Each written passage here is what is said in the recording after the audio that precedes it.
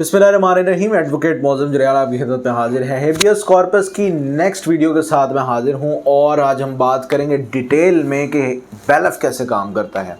तो मैंने last video में आपको बताया था कि बैलफ कोर्ट का एहलकार होता है जो कोर्ट की पावर्स के साथ किसी ऐसी जगह पर जाता है जहां इलीगली किसी को डिटेन किया गया या अरेस्ट करके रखा हुआ है। मिसाल के तौर पर किसी थाने में किसी शख्स को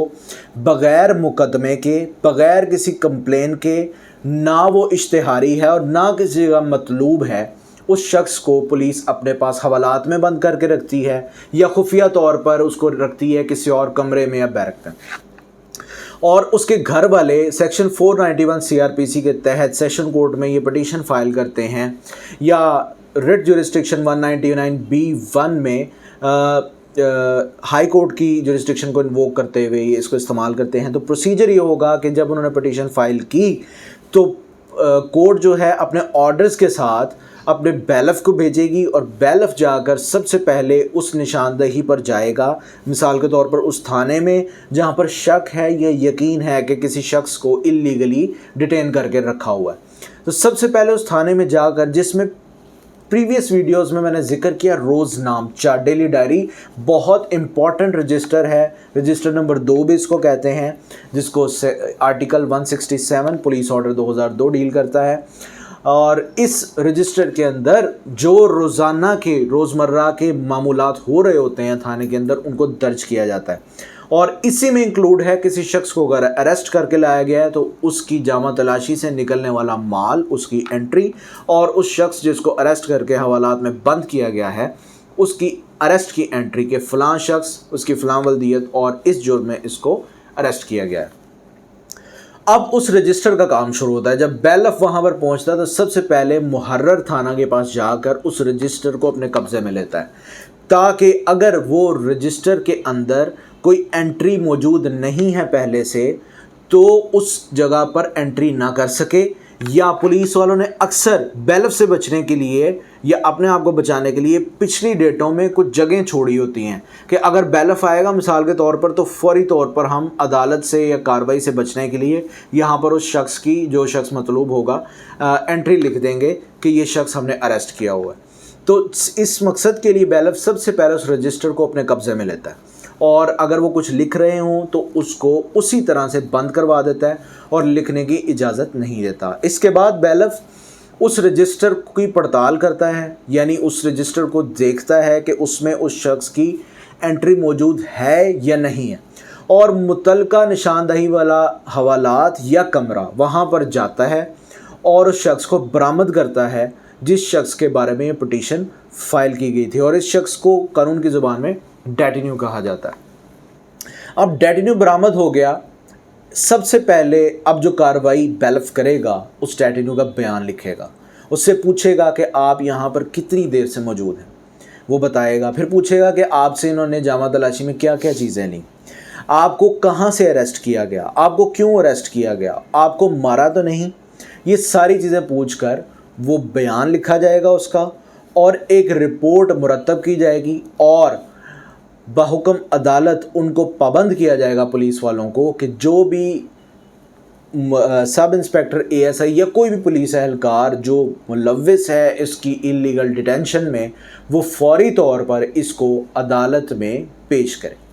अब अदालत में जब बैलफ ये रिपोर्ट जमा करवा देगा तो वो अपनी फाइंडिंग देगा कि I find this person in that room और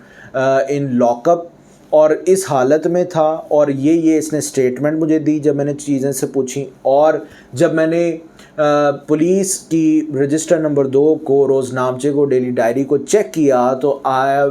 found no entry about his arrest और द डेटिन्यूज अरेस्ट। तो जब ये रिपोर्ट वो सेशन जज को या हाई कोर्ट में अगर है वो जमा करवाएंगे तो उनसे पूछ पड़ताल की जाएगी। जी, हमने रिपोर्ट देख ली है, अब आप बताएं कि इस शख्स की आपके पास डिटेंशन की क्या रीज़न है। अगर कोई प्लॉजिबल रीज़न हो तो उसका भी कानून में रास्ता मौजूद है, वरना जिसकी एंट्री मौजूद नहीं है तो वो सीधी सीधी इम्प्रॉपर और इलीगल डिटेंशन है। अब अदालत के पास इस सब को देखने के बाद इख्तियारात क्या क्या हैं, अदालत कर क्या सकती है। सबसे पहले अदालत स्ट्रेट अवे उसको रिहा करने का हुक्म दे सकती है, दूसरी बात, अगर पुलिस वाले अक्सर ये चालाकी करते हैं कि अगर किसी पर बैलफ पड़ जाए और किसी शख्स को बरामद कर लिया जाए तो पुलिस वाले जो किसी भी ना किसी केस में, जो पिछला केस है या किसी और का केस है, मिसाल के तौर पे कोई चोरी या डकैती की FIR है, उसमें खुद ही एक बयान लिखते हैं और मुद्दई को पाबंद कर लेते हैं, मुद्दई को डरा देते हैं कि आपने इस बंदे का कहना है कि ये बंदा मेरा चोर है या मेरा मुलज़िम है, और ज़िम्नियों के अंदर उसकी गिरफ़्तारी डाल देते हैं। यानी केस डायरी के अंदर ज़िक्र कर देते हैं कि हमने फ़लाँ तारीख को इसको अरेस्ट किया था या आज ही हमने इसको अरेस्ट किया है, और हमें इतना वक्त नहीं मिला कि हम 1-2 घंटे पहले ही अरेस्ट किया, तो हमें इतना वक्त नहीं मिला कि हम केस डेली डायरी में या रोज़नामचे में इसका इंदराज कर सकें। तो जज उसको भी देखेगा क्या वो एंट्री जो हुई है वो मेलाफाइडी है या बोनाफाइडी। वो मेलाफाइडली जो है अक्सर मुकदमात में इस तरह उनको नामज़द कर दिया जाता है ताकि वो पुलिस वाले बच सकें। इसमें पुलिस के ख़िलाफ़ अदालत के पास इख्तियार है कि उस शख्स को अगर उन्होंने नामज़द कर भी दी है तो उस पटिशन को जो उनके सामने 491 की पेंडिंग है उसको बेल पटिशन में कन्वर्ट करते हुए अपने इख्तियारात को इस्तेमाल करते हुए उसको बेल पर रिहा कर सकते हैं। अगर कोई चीज़ सस्पिशियस पाई जाती है पुलिस वालों के कंडक्ट में या पुलिस वालों के एंड पर बहुत बड़ा हाई हैंडेडनेस होती है,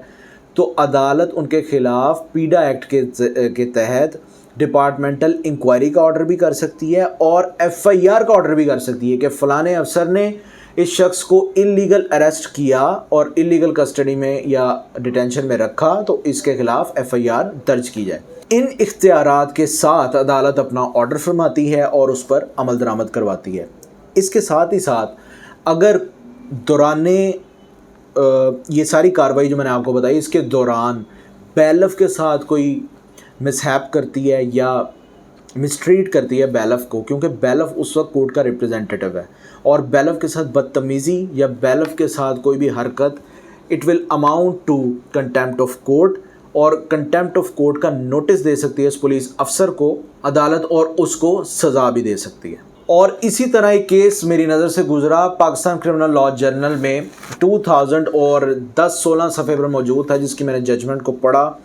उसके अंदर एक SHO ने बैलफ के साथ बदतमीज़ी की थी और कोर्ट ने उसको 1 महीना कैद और 5,000 रुपये जुर्माने की सज़ा दी। इसी तरह कोर्ट के पास बहुत इख्तियारात हैं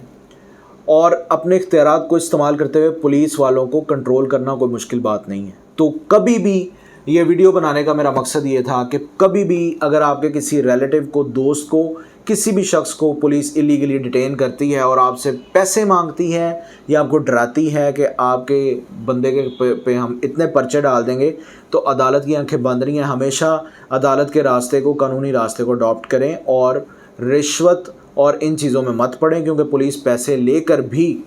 अगर उन्होंने आपके ख़िलाफ़ कुछ सोच लिया है तो वो आपके ख़िलाफ़ वो करेंगे। उम्मीद है ये वीडियो आपको पसंद आई होगी। मज़ीद वीडियोज़ को देखने के लिए मेरे चैनल को सब्सक्राइब कीजिएगा। अगली वीडियो तक के लिए अल्लाह हाफ़िज़।